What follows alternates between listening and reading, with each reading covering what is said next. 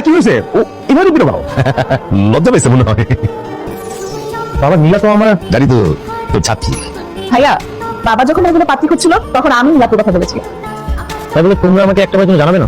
কেন আপনাকে কি কিছু জানান নাই? না কেন বলবো, মানে জানলে যদি সে টাল বাহানা শুরু করে, সেজন্য আজকে আন্টি সহ একবার চলে এসেছে যাতে টাল বাহানা করার সুযোগ না পায়। বাবা ও তো আমার স্টুডেন্টের সাথে। কেন বাবা, আমার মেয়েকে তোমার কি পছন্দ হয়নি?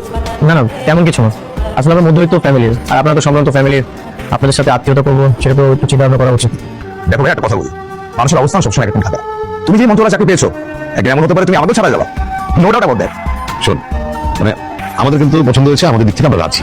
তুমি তোর পূর্ব পরিচিত, এখন তুমি সাফ সাফ বল যে তুই আংটিটা পরাবি কি পরাবি।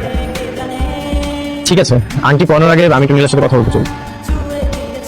হ্যাঁ অবশ্যই কথা বলতে পারবো, যাও। রিনার মা, ওকে নিয়ে ভেতরে যাও। যাও বাবা, যাও যা। আল্লাহ আল্লাহ, এটা কি হলো? শুভ স্যারের সাথে আমার বিয়েটা ঠিক হইলো?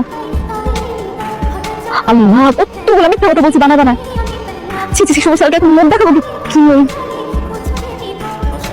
কি তোমার নামে বোন নাকি মারা গেছে?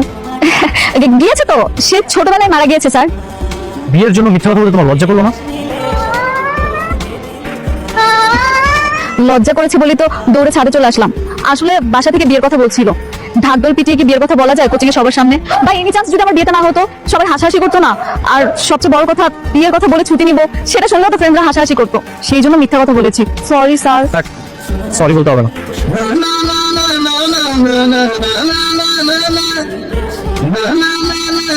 কি ব্যাপার, আচল কেমন কেন? সারাদিন কিছু খাওনি? না, খেয়েছি তো। আসলে আপনাকে দেখে এত নার্ভাস হয়ে গেছি, মানে কি বলছি কি করছি কিছু বুঝতে পারছি না।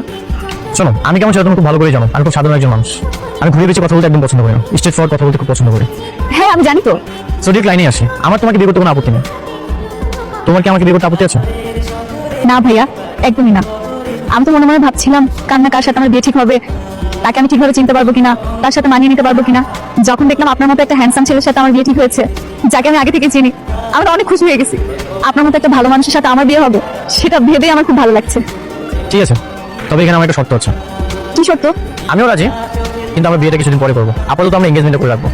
আমার কোনো অসুবিধা নেই, আপাতত আমরা কটা দিন প্রেম করি, তারপরে না হয় বিয়ে করবো। এই তোমার কি লজ্জা শরম নেই? সম্বন্ধে কথা বলতে পারো না? এখন আমি তোমার টিচার। Sorry sir.